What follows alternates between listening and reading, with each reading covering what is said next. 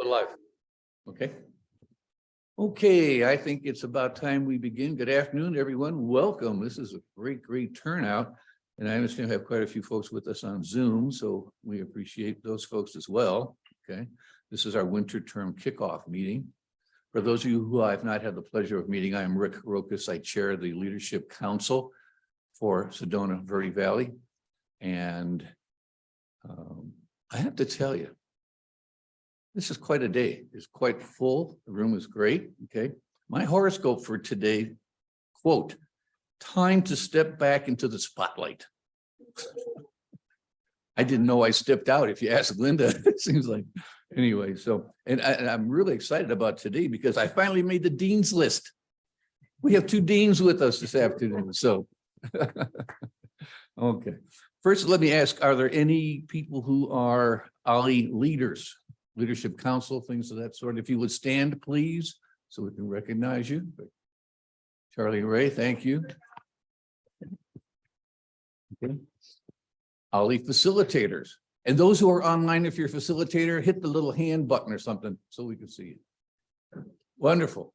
Welcome. Glad to have you all with us as well. Okay. And I did acknowledge the people in Prescott, so I think we're good there. Okay. Next is a distinct honor and privilege to identify and recognize Dean Irena Del Genio. Did I pronounce that right? Dean? Where is she? Oh.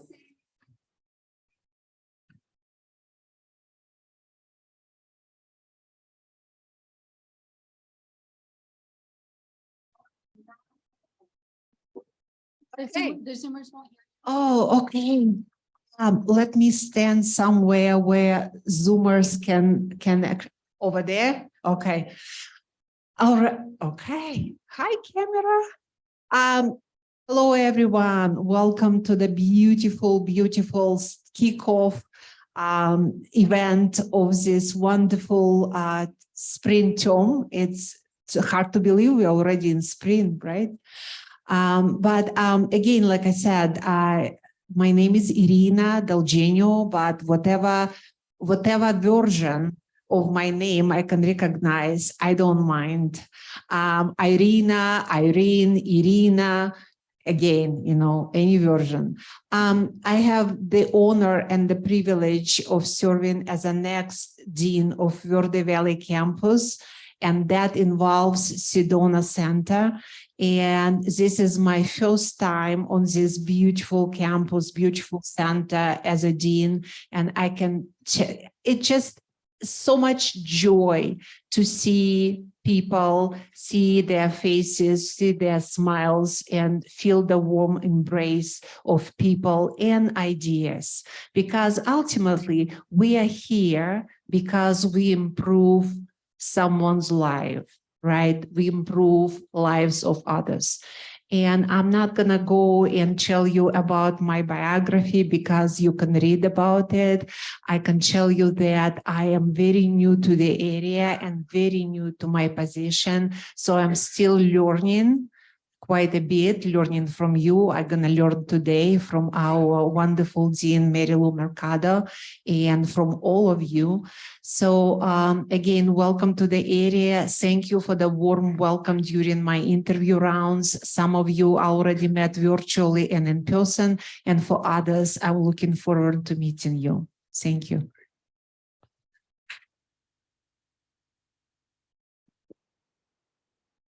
Thank you, Dean. Dean and I had a chance to meet briefly on a Zoom call the other day, and we had a little interesting chat about names.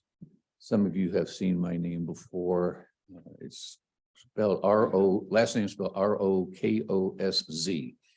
One of those wonderful names. When you see it, you can't pronounce it. When you hear it, you can't spell it. So anyway, I like to keep it very casual. We just go with Rick, but I teach, and a student, besides OLLI, I teach at a university in Denver, and a student once asked me, what's the best way I can remember? I said, it's super easy. Row your boat, kiss your mom, row, kiss. She goes, I'll never forget it. So anyway, with that, let me switch gears here just a moment, and I'll invite Linda Shook to come up and introduce our other new dean, Dean Mercado.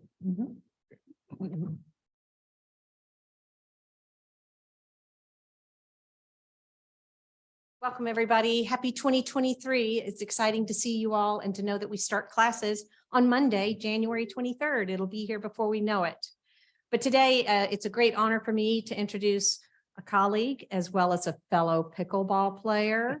Yeah. Dr. Mary Lou Mercado is the new Dean of Health Sciences. It's actually the Dean of the School of Health and Wellness Science and Engineering at Yavapai College, but we just say the Dean of Health Sciences. Much more compact, easier to say. So Dean Mercado, we found out today, Rick, who is from South Chicago, I used to live in DeKalb, Illinois, lived outside of Milwaukee, Wisconsin, and somehow we all found our way to this beautiful Sedona Verde Valley. Dean Mercado was named Dean at October 10th, 2022, but she actually came here in 2018. She has oversights of the Health Sciences Dean. She has oversights of launching something very important for Yavapai College, which is our 4-year RN program. Currently, Yavapai College has a 2-year nursing program. It's shifting to a 4-year. And those of you that keep up with Arizona news and politics knows that our legislature now allows community colleges to apply and receive permission to offer 4-year degrees. This makes higher education much more affordable in our local community. So this is a huge undertaking for the college, but under Dean Mercado's guidance, I know the program will kick off. Is it the fall of 2024? Hopefully. Hopefully. Yeah. Yes, so we're excited about that. Before coming here to beautiful Arizona, Dr. Mercado served as nursing program director and associate dean of math, science, and physical education. She has an EDD in education, an MS in nursing. Hang on, I've got a couple more. BS in nursing and an AAAS in nursing. She also is a first-generation Hispanic community college graduate with an AAS in nursing. And those of you that keep up with Yavapai College know that we are serving a large Hispanic community at the college, working towards, I think we're at about 25% now of our student body. So the timing of having Dr. Mercado here serving as dean couldn't be more perfect. So today, Mary Lou is going to talk to us about aging. And I think we're going to talk a little bit more about, did I say pickleball? That sport we all love. So Dean. Thank you, Linda. Well, thank you, everyone. It is such a pleasure to be here with all of you. The drive over from Prescott was amazing. I love looking at the landscape of Arizona. It really is my most favorite thing to do throughout the day. I am originally from Wisconsin, so you'll hear that Wisconsin accent come through. My faculty like to tease me about that a lot, especially when I travel back to Green Bay to see my children. I come back and it's you guys and you betcha. And so the faculty kind of get a big kick out of that. I am no expert at living joy, but I will share with you my experiences and some references and my journey on getting there to joy.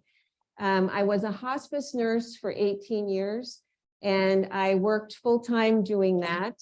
And as a result, after 18 years of caring for people in hospice throughout the lifespan of all ages, joy began to elude me.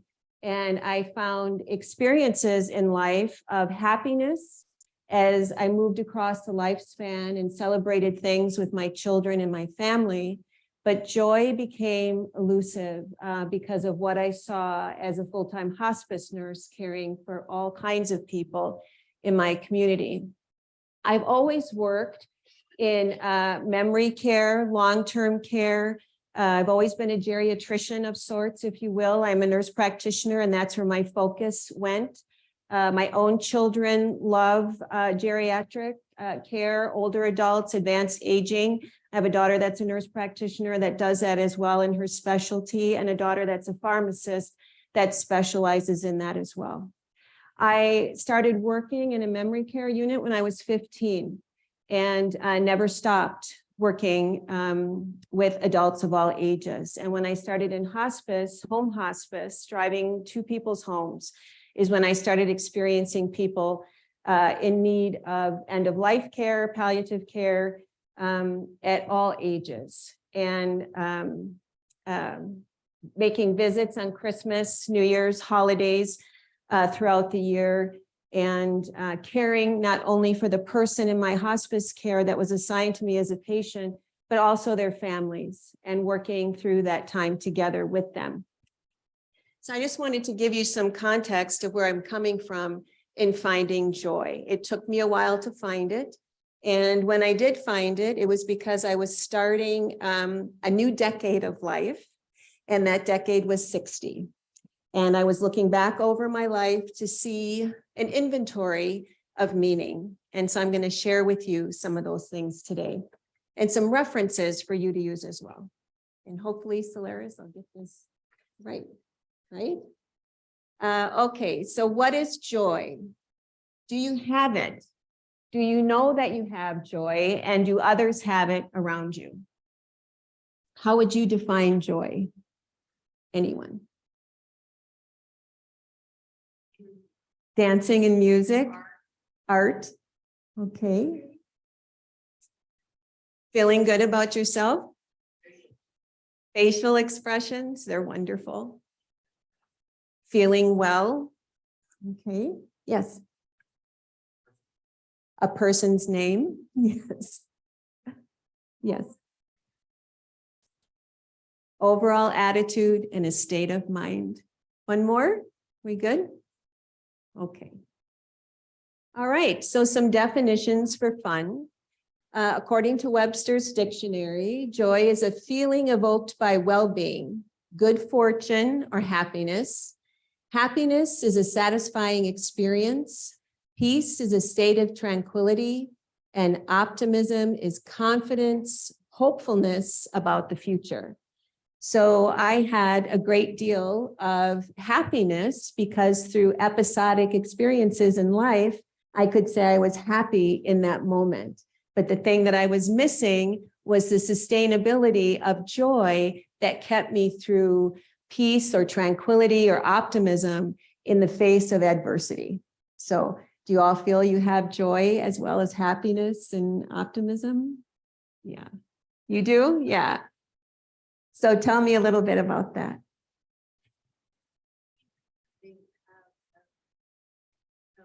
We have a mic for her?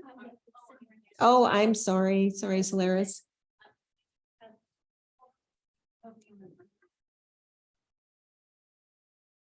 Okay, go ahead. Hi. Actually, I was thinking in terms of grandchildren, and we have 2 3-year-olds who just bring such joy to our lives. And but my husband has been a musician and has been all about music and theater his whole life. So part of that contagiousness that happens through music has been a huge part of our lives. Mm-hmm. All right, very good. Anyone else?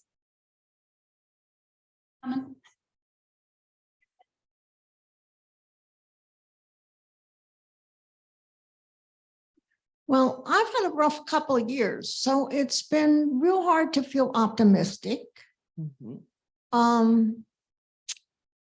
But like when I look out the window and see the bird, a cardinal coming, I get a feeling that's I was trying to think, is that joy? And I think it is. I mean, but it's a very fleeting kind of thing for me at this point. At my age, I'm 81. Mm-hmm. So, I don't know, I'm finding aging being not terribly joyful on a continuous basis. Yes, yeah. And many people would possibly agree that aging is not always easy. I'll share with you that my husband has rheumatoid arthritis. He's 63. He's had it since he was 18. He managed to, if you can think about the year that started for him, then he managed to get through law school with a very painful disease and minimal treatment. But he is one of the most optimistic, joyful people that I know. He loves music of all kinds. In Wisconsin, we used to be big polka dancers. And so we would do that even through episodes of discomfort or pain. He would insist on getting out and moving and hearing the music and being with others and seeing the happiness and the joy of others. Since we moved here 4 years ago from Wisconsin, we don't polka dance as much. He still plays the accordion. But one thing we have done is play pickleball. And that has brought us a great deal of joy and happiness. And every morning he wakes up with a smile and he's happy that his feet have touched the ground and that he can move back and forth and do the things that he wants to do. So he teaches at Embry-Riddle, he teaches at Yavapai College, he still maintains a law practice, and now he's teaching pickleball classes at Aspire, and he's been helping the Verde get started with their pickleball classes with Dr. Richard Pierce and helping him with the certification and mentoring others so that we can have pickleball at both sides of the mountain. He's so committed to being upright that he plays in championship games and he plays competitively, gives lessons to anybody who wants to learn. So it's wonderful to see his optimism. He always has joy through the pain. There were times I didn't even know that he was having pain unless he told me, because he was just determined to see the beauty in Arizona, to see beauty in others, to be positive with others, to mentor others, and invest in the lives of others. And so for quite a long time, I was tagging on to his joy and not creating my own and relying on him for it only, and while experiencing episodes of happiness. And that's when I learned that I have to come up with my own. And so for the last year, it's been a journey for myself in finding joy through illnesses. And looking at me, you might think that I'm extremely healthy. I am, except for I have chronic illnesses. I've had 12 surgeries in my lifetime to correct some things. And I still smile even when I don't want to, or if I don't feel like it, because I know that a smile does wonderful things internally for your body at the cellular level. So I try to smile through all of those. So I hope I can answer any questions about that more towards the end of our discussion. Okay, across our lifespan, we've experienced different things, either being with a partner and enjoying special moments, or raising a family, or investing in the lives of others, or being in charitable organizations.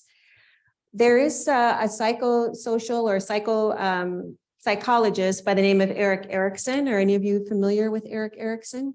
Yes, I studied him a lot in nursing school in my various degrees, and he has different stages of life that he talks about, where we're in and what we're doing in our stages of life. And I had lots of questions last year about my life. And so I went back to what I learned in nursing school and looked up Erikson and found out where my age group was, and found that I was in the 7th stage of Erikson's development of generativity versus stagnation. And what does that all look like? And so the benefits of generating things, being a generating person, motivating benefits of that. You're motivated, you have great cellular level action, and where you have dopamine and serotonin that's released that helps promote a sense of well-being. So it's a time of looking over your life, looking at your relationships, being more productive and having fulfillment, and seeing that you did have fulfillment. Even if you went through a life change that was significant, or experienced a life change that was significant, did you have fulfillment and meaning and positivity in there? Can you find those nuggets in a life change, no matter what that change was? The consequences of not being able to be generating is stagnating, right? And so then you have a decreased or lesser satisfaction in life. Lesser satisfaction in your relationships, lesser satisfaction in critical thinking or cognition. So it's a great website to explore Erikson, to see, why am I asking the questions I'm asking? Where does this fit in? And I've got some references for you all so that you can see some of these things that I'm going to share with you. Some experiences of happiness, peace, and joy. You've all mentioned that. But how do we do that currently in our daily lives? What are you doing each day that brings you a sense of happiness, or evokes well-being, or brings you some joy? Okay. Tell me who you're asking. For me, it's meditation daily. It brings me to that relaxed place I want to be. And then on days I do meaningful volunteer work, just being able to finally be able to give back for all the blessings I've received. It's very, very meaningful and joyous. Oh, that's wonderful. Yes, I'm exploring classes over at the Hilton. I live in the village. Qigong, stretching, Pilates, new things for my body to adjust to. And then I go home. I'm fortunate I have a hot tub and I use that as my place of meditation. I bubble. I'm out, it's outdoors, so I can do that. My husband died 3 years ago, so I've been learning to live on my own independently. And with that has come responsibility. So my family lives in California, but they're always worried because I live by myself, who's watching. I don't really want them watching. That's why I live here.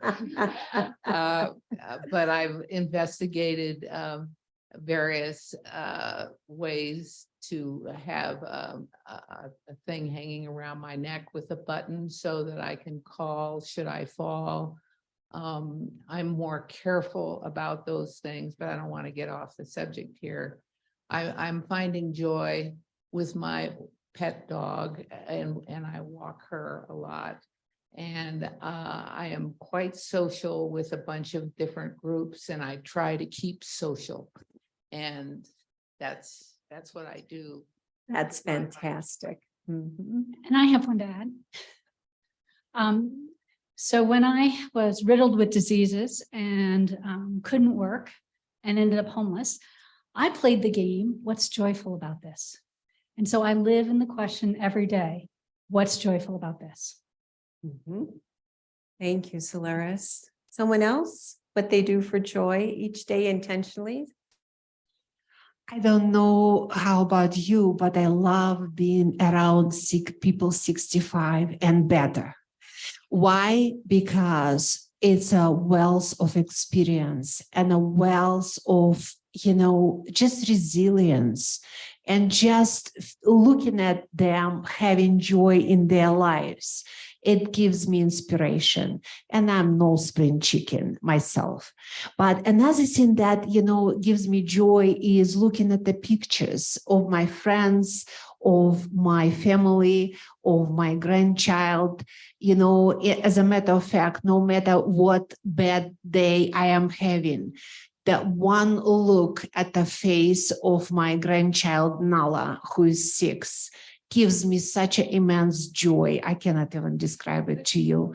So whenever I'm having a bad day, I'm just pulling my, camera on my phone or pictures, hard copy pictures, and I just look at them, at the faces that I love and cherish, and it gives me immense joy. I agree. Yes, in the back. Here, back Mhm. there. Okay. Coming around. The Zoomers will not hear you. I read a lot, and I recently read that if you say 3 gratifying things a day, that you will feel better.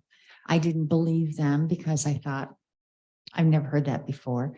So I did start doing that. Every morning when I have coffee, I write down what I'm grateful for. Like, I'm grateful I have a house, or I'm grateful I have a husband, or I'm grateful I'm an artist. But as I do that, what I find I do is I'm grateful I have a house because it's full of artwork that I love and reminds me of all my friends. And so that conversation goes on. And that's just the first gratitude. So although I thought it would take 5 minutes, it normally takes me 30 minutes in the morning. And it gives me a lot of joy. It just fills my heart. Anyone else? Well, for myself, happiness and joy and peace had to become intentional last year. So I had to start looking around at what were the things that brought me happiness and the things that were bringing me joy through every adversity and optimism, things like that. And so I started becoming more intentional. My husband and I don't travel. And I used to think if we traveled a lot, maybe that would bring us joy to be around people that were like-minded with traveling and seeing all the beautiful landscapes around the world. But we're not able to do that for health reasons. It's not comfortable for my husband to be able to sit on a plane that long. So I had to look around Arizona, the beautiful landscapes, and see what could we do here where he would not have to travel, and yet we could have fun with other like-minded people. And so we decided after 4 years of living here, we'd buy a side-by-side. Are you all familiar with side-by-sides? It's an ATV or like a pink Jeep or something like that. And we go into the interior of Arizona with other friends that serve on the Arizona search and rescue teams. And they take us back into the deep interior and we get to see all the mines and the things that are back there. And we spend all day back there looking at the canyons and the things that are there and the beautiful landscape that is in Arizona. Then the other thing I had to think about was what was his passion, since he was upright and can do things. What could we do together? I'd never played sports, but he's played tennis. And so we began playing pickleball together and meeting like-minded people that were embracing joy and peace and happiness, people who are positive, people who are not negative, you know, and using positive energy and wanting to live their lives each day intentionally. And when that started for us, it changed our lives in our home together. We have a golden retriever named Honey. She brings us a lot of great joy. And we go everywhere together with her. She wants to come along, including to the pickleball courts where she'll happily retrieve a ball or two or let you pet her endlessly. So those things we're doing to be intentional. But I had to be intentional. I had to learn to find like-minded people like myself who were fearlessly embracing joy through all the adversity that we see today. And I had to turn off social media and get rid of all my social media accounts because that was not bringing me joy. My husband can handle social media much more easier than I can. So he has an Instagram account. But I let my children know, because I have 2 grandchildren as well, 1 and 2, to please send me your pictures so I can love on the grandkids and FaceTime, because I am out of the social media expose. It was not bringing me joy. I was becoming frustrated and sad with today's culture and environment and all that's going on in the world. And so I had to decide and make those difficult decisions. My children weren't happy about that I was disengaging from social media because that's how they communicate, but it wasn't doing well for my own emotional well-being, for my neurotransmitters, for my serotonin and dopamine levels that promoted well-being. So I had to make a change. Okay. Guiding thoughts for joy. And I just wrote down some things here. Finding beauty in a single day living. That was real important for me. Every day seemed plural. Every day. I mean, I couldn't control the future. You know, I always was a person that lived in the what if world. What if this happens? What if that happens? Otherwise known as the sky is falling in Chicken Little. And I had to learn to stop that because I was creating a great deal of anxiety for myself. So I had to learn to live in single day moments. And that included just walking to a window, taking a deep breath and looking at the beautiful trees or a cardinal or the hummingbirds or whatever was in my yard at the time, or the beautiful landscape of our centers of Yavapai College. My goodness, they're just breathtaking. And I traveled to almost all of them for students and faculty, and each one is unique and beautiful. So I had to step away from what I was doing, take a break, deep breathe, because if you don't deep breathe, you get anxious because you don't have enough oxygenated blood to your brain. So you can get anxious that way too. So I'd stand in front of the window, take deep breaths, walk around, look at the beautiful landscape. I'm a person of faith, and I would look out into the horizon and ponder and on my faith and think about all those things. I meditate in the morning as well, and I spend time volunteering and doing activities in my community and investing in other people and seeing the rewards of that, because that brings me joy. I've always invested in the lives of students. I've been in education since 1994, always at a community college. I only worked at a community college. I love our students of all ages and walks of life. They bring me joy to see their successes and the fact that their education has broken them out of maybe a lower economic level. Education is the great equalizer, I think, to many things. And so now they have a living wage and they're successful with their families. That gives me joy. And investing in the lives of people who may not have insurance or resources to help them get the things they need. That's what my husband and I are doing together. But Yavapai College brings me great joy in what I do here. So worry less and enjoy the day more, an attitude of thankfulness. I heard you mention that you're up in the morning, you do a list of thankfulness. I do the same. You never know what the day is going to bring, the next day, or what the year is going to bring in health and wellness overall. And so every morning I have a list like this lady here of the things that I'm thankful for. And don't take for granted, because you just never know what the day will bring at the end of the day. And so I try to live one day at a time and be thankful for what was given to me in the moment.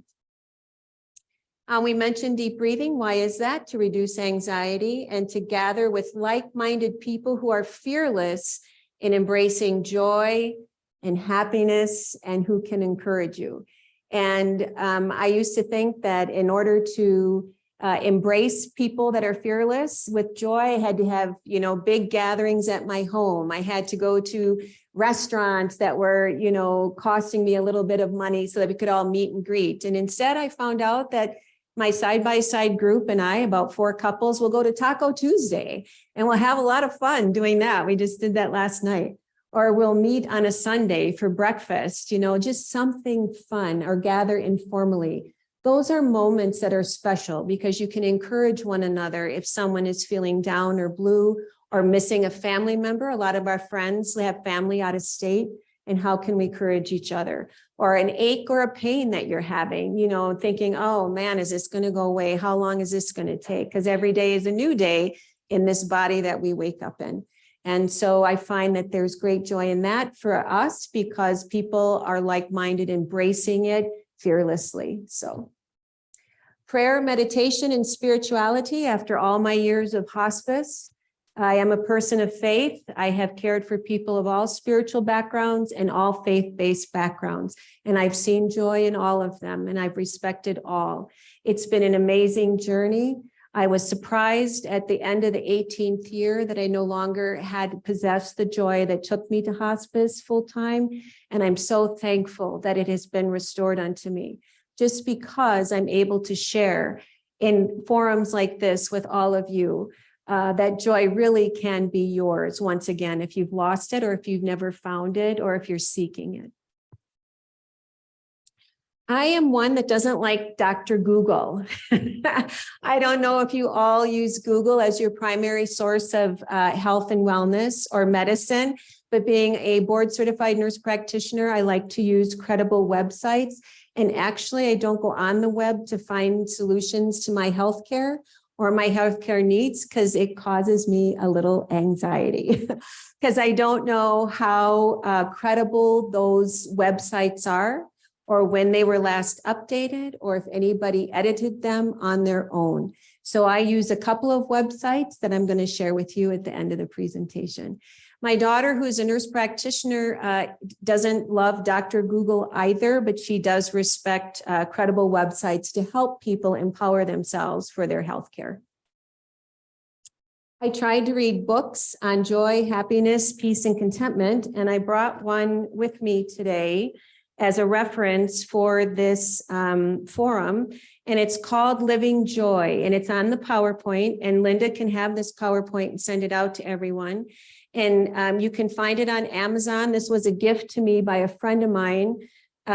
She is a dear friend of mine. She's about 80 years old, and she recognized that I had lost my joy, and we had been friends for a couple of years. And so she gave me this book, and she dedicated it saying, "You have brought such joy in my life, and I love you. Sincerely, Patty." And I read it. It's a quick read. It has successes for joy. There are 9 successes for joy to help you rediscover and live joy every day. It's 9 rules, and it's not very expensive. You can find it for at different prices on Amazon. The author is Chris Stefanik. He's a pretty cool guy. He used to live in Wisconsin. He now lives in Colorado because Wisconsin living wasn't bringing his wife joy. So they moved. And he's very active in his Catholic faith, and he leads a lot of groups and conferences. And he's also on YouTube, and you can hear him there. He's a really cool guy. I would encourage you to take a look at this book and to maybe go on to YouTube. Okay, I've read other articles on heart health and joy and neurotransmitters and how it affects your heart. So some of the things that affect your heart adversely is cortisol and your blood pressure, because it raises your blood pressure, it raises your heart rate, and cortisol comes from stress. It can also, and neurotransmitters such as serotonin and such can also cause you to have sadness. So if you go on the American Heart Association website, and I have a website for you as a reference, you'll see articles on happiness, health, stress, and heart health. There's also some books out there on heart health and joy and a steady state of well-being and how that helps to promote health and wellness for your cardiovascular system. Anybody that's under a great deal of stress for a long period of time, or feels constantly sad or has stress constantly due to sadness or depression, is at risk for cardiac disease. And that is a modifiable thing that we can do. Modifiable meaning that we can change it and we can go in a new direction. We can exercise a little bit. We can meditate. Even if you're not playing pickleball, you can go for a nice walk, a walk on a treadmill, a walk around the block, things like that, and try and reduce some of those cortisol levels that cause stress, that increase blood pressure, heart rate, and actually will have a long-term effect if you don't change it. And so that was one of the things I knew in my family. I have cardiac disease already, and I also have diabetes. My father passed away very young at the age of 68. He was under a lot of stress. He suffered greatly from anxiety, and it wasn't corrected until much later in his life. And by that time, it was a little bit too late because the diseases had advanced. So I would encourage you to look at the Heart Association website. Other things I look at in this book, I want you to take a look at, and I have a reference for it. The Harvard Medical Health Institute, Health and Medicine Institute, did a huge article called "Good Genes Are Nice, but Joy is Better." And it talked about 200 plus participants that they did in, let me put my glasses on here.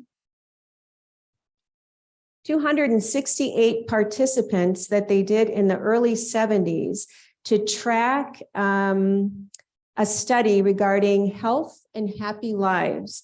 And what they found was pretty amazing. It's a great study. It's an easy read. It's not hard to read at all. It just gives you the summary of what they found, that people that enjoyed their lives, that had sustained joy or joy over time, even in the face of adversity, had warm relationships, did things in the community, found fulfillment in their work, walked and exercised, tried to eat healthy.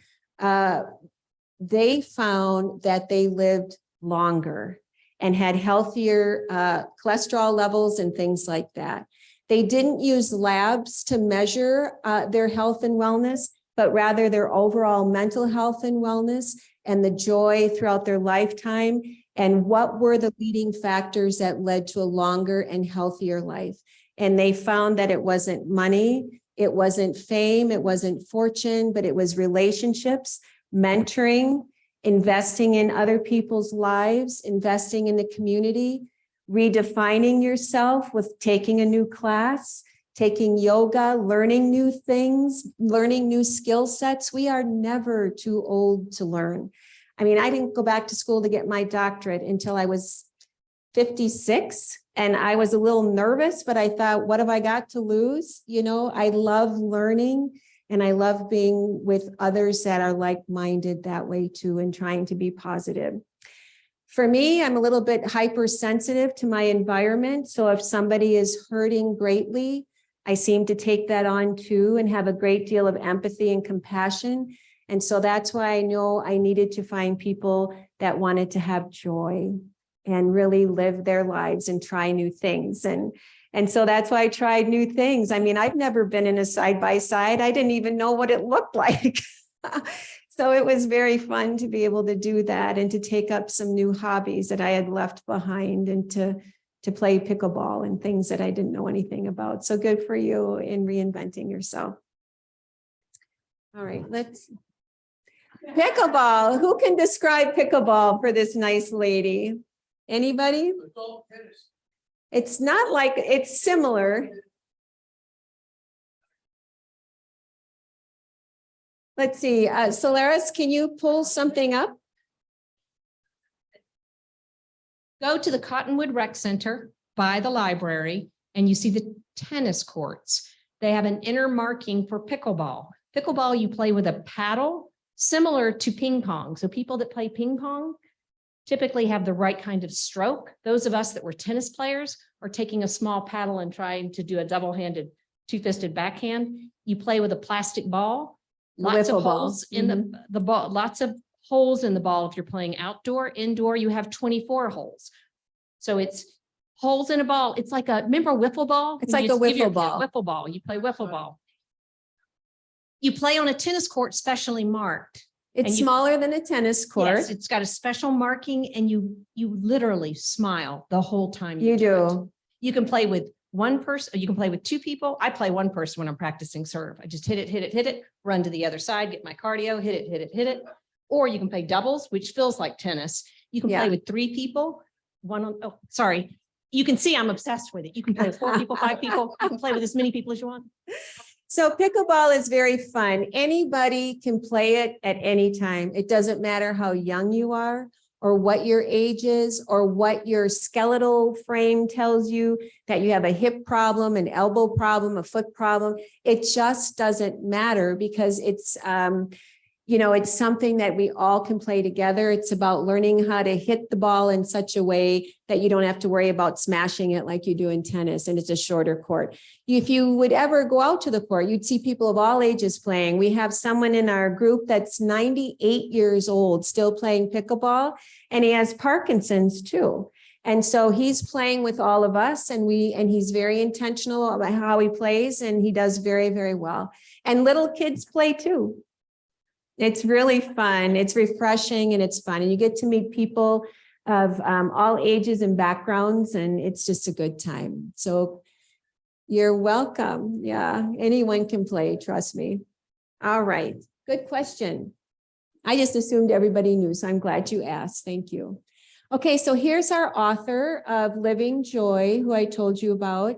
I think you'd really enjoy the book, so I would ask you to think about it, just invest in it, see what you think. He's a good guy. And then these are some of the references that I wanted to show you. Solaris, can I click on those? Can you click on them? Oh, okay. If you could click on them, I'd like to show them because they're pretty interesting, I think. The Harvard Gazette, that one too. Yes, please. Second, I have to change the share. If it's not. If it doesn't, that's okay. Yeah, that's okay. Then we can just, you can,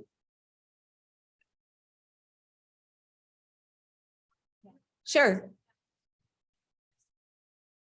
Sure, we'll do that then. Thank you, Solaris. I'll just keep going. These are all really good articles. I think you'll enjoy them and they'll lead you to other articles as well on health and wellness and a happy heart and a happy life and a happy mind. So, all right, thank you. Let's see here. Did I lose it? One more slide. Yeah, that's okay. Just advance to the last one. That'll be all right.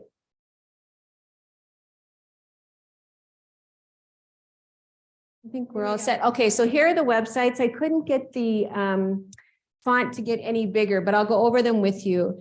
The one that I like is webmd.com. That's a credible website. When I was going to school to be a nurse practitioner, we were trained to tell the general public or share with the general public what are credible websites so that you can be empowered for your health, okay? So WebMD is one. And then the other website I really enjoy a lot too is mayoclinic.com. So anytime anybody asks me, those are the ones I refer them to. It's got everything you need in those websites, so you don't have to go outside of that unless they take you outside of it.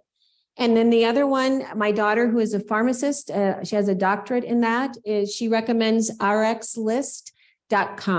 And that's a credible website for all your medications or all types of medications and things like that.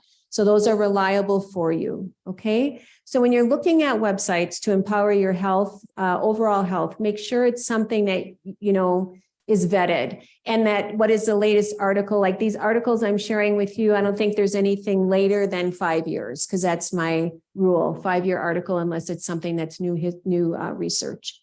Okay, so that's all I have. Thank you for your attention. Don't go away. Okay. Okay. So thank you, Dean. Appreciate it. Great presentation. We're going to open it up to questions in just a second. But for those in the room, if you are new to OLLI, not part of us yet, and would like to become more familiar with OLLI, things of that sort, there is a little sign-up sheet in the back. If you autograph that for us, we'll make sure we reach out to you. There's also some materials there. What you heard here is generally what you're going to hear from the kinds of presentations that we offer. They're very interesting, informative, insightful. So if you're not an OLLI member, I strongly encourage you to do that, okay? And before we let you get away, that little green bag there is for you, a token of our appreciation for Thank coming you. over and doing the presentation for us. Thank you so Okay, much. I appreciate so it. if you wouldn't mind, stay right here. Mhm. Solaris has the microphone. If you would please, if you have a question, raise your hand and then Dean will answer. Okay, for sure. Yes. In the back there. I'm actually going to do it because she's going to keep up with what's online too, because our Prescott OLLI folks are there. Okay. I came to this because I was so interested in what you were going to talk about. I am in the process of retirement, or whatever you want to call it, no longer working. And it started because of the pandemic. But I never thought about joy before. I was just having a great time in my life. And now it's very different, because now I have to let go of my past and who I was. And now I have to look at who am I now, and who am I going to be, and how do I get this joy that you're talking about? Because it's much smaller ideas than my old ambitious ideas. So that's my question. Mhm. Thank you. So smaller ideas, how do you gather them? Is that what was that the question? Yeah, okay. So for me, I had to do it that way too. Small ideas, small pieces, because I was overwhelmed. I looked at the world around me and thought to myself, all these people look so happy. I must be missing something. What am I missing? I mean, I've had a good life. I've had life experiences like all of you that were difficult. Empty nesting. I was married one time before, went through that process. That was very difficult when that changed. And so I had to think about little steps at a time. And that's when I would walk around my office or my home and look out the window and have an attitude of thankfulness and deep breathe and see the beauty of the landscape of the things around me. Or like Arena said, to look at pictures of my grandchildren or my children and be thankful that they're happy, they're healthy, that they're living productive lives and giving back to society. So I had to do a little bit at a time as well. And still it is a single day living for me. It's a little bit at a time. Dolores, may I go here? I just wanted to share, we have a dear friend who was looking at retirement, but actually he had a party and he called it rewirement. And the whole concept of sort of viewing your life differently, you know, completely differently. So whatever transitions we're making, you know, it's just a different, again, your perception is your reality. But so instead of thinking, oh, me, I'm retired and now what do I do? You go, well, I'm just going to rewire myself and become something, well, not different, but, you know, the world is your oyster. Mhm. Something freeing. So I'll share a secret with you, even though I know we're being recorded, but for many years, as I'm 60, but when I was 28, my hair started turning silver. And I had been dyeing it every 8 weeks. And so after a while, that became like a little expensive because I got out here and then all of a sudden I find myself dyeing it every 3 and then using sprays to cover up the root line. Well, there was no joy in that. So I said to my husband, you know, I think you're about to experience a change because I'm done with all of this. Well, he was not happy with that.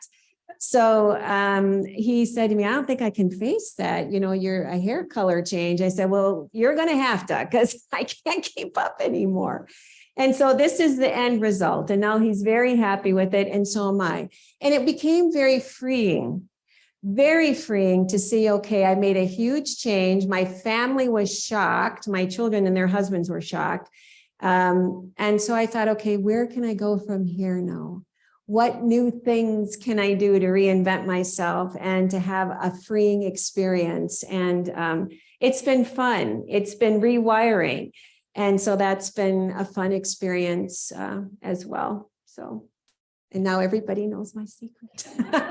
And by the way, your hair is beautiful. We would all say that. Thank you so much.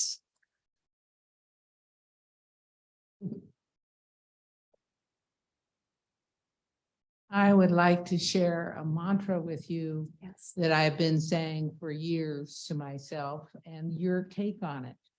And I can't tell you who the author is, but here is the mantra. He who brings to himself the joy, the winged life doth destroy. But he who catches the joy as it flies, lives in eternity's sunrise. I don't know who that author is. I like it. So that's Thank something you. I say to myself every day, but to me, the important part of it is catching the joy as it flies. And that is being aware. And what would you say? How would you catch the joy? How would I catch the joy? I'm still learning, and I catch the joy in the mornings. I'm not always so joyful to have my coffee, but throughout the day when I look around me and I see faces at Yavapai College of students who are inspiring to want to do something greater than themselves through education, and the faculty that are helping them and the staff. To me, those are pieces of joy on wings that I get to see every day when I come to work. As I walk through the campuses, whether it's this one that this is my second or third time to, but Prescott or Verde, on the Verde campus twice a week for 4 years since my employment, and now on Prescott Valley. As I look around and see people of all ages engaged in learning and wanting to do well, that brings me joy. And I get to see it in sporadic moments as I see people walking up and down the hall. And there's nothing greater for me. And when I'm out and about on the church campus that I attend Heights Church. When I'm walking around there, I do I'm on their security team because I'm a registered nurse. And so they need someone to provide care if someone gets sick during the service or during an activity. And I look around and I see people of all ages there. And I think it's pretty special to be here and in the now. Yeah. So living in the now, yeah, helping people and investing in people and looking at all that's around me, creation and the beauty of that all. So it's a nice mantra, very nice. I'm going to go to my dean. She just motioned. You know, I didn't share with you that I am from Russian Ukrainian family. So part of my family is Russian and part of my family come from Ukraine. Now, as you probably know, since changed drastically for me and for so many millions of people in the world with the Russian-Ukrainian war that started last February. So what I will try to say, I never knew how much peace means for people until you lose the peace and a peaceful sky over your head.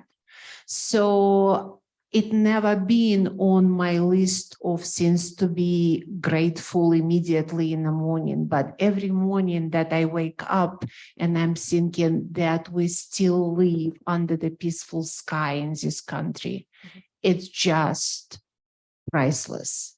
So I am just, this is my little, little tiny bit of my joy and my peace and my precious time that we live in this peaceful time yet, because it can always change, unfortunately, very sadly. Yes, it can. I agree. Well said, Irina. Thank you.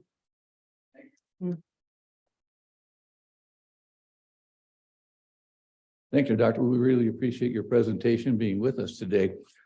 I have a favorite little side story, and it has to do with problems and trouble and trying to find joy in that. Mother Teresa had a great approach. She said, troubles and problems are nothing but opportunities. True story. She's waiting at JFK Airport in New York for her flight back to Rome. And the young nun who was accompanying her went to check on the flight. Came back and said, well, sister, we've been blessed. We now have a 4-hour opportunity. The flight was delayed. So I do a workshop on stress, and I'll workshop on stress. And some of what you heard here from Dean is in my workshop. If you'd like to attend that, I'd love to have you. I recently updated it for 2 things. I have a nephew who's retired Navy SEAL. And in engaging with him, I'm thinking, man, that's a tough deal. That's a tough element to become part of, let alone live. They prepare you for the worst because you're going to encounter the worst in most cases. So I did a little search on how do Navy SEALs handle stress. It's an interesting approach. It's in my presentation, 4 simple steps. I won't go into them now, but you can pick it up there. And I also added a segment that was requested, which is specifically focused on how best seniors can cope with stress. So hopefully we'll see you there. Okay. Linda, where are we?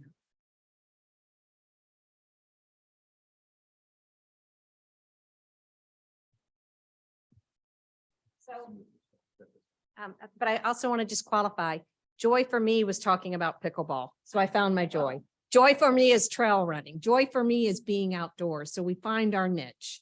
But beginning Tuesday, and Shri is here, he will be hosting 6 different brown bag programs at the Verde Valley campus, 12:30 on Tuesday.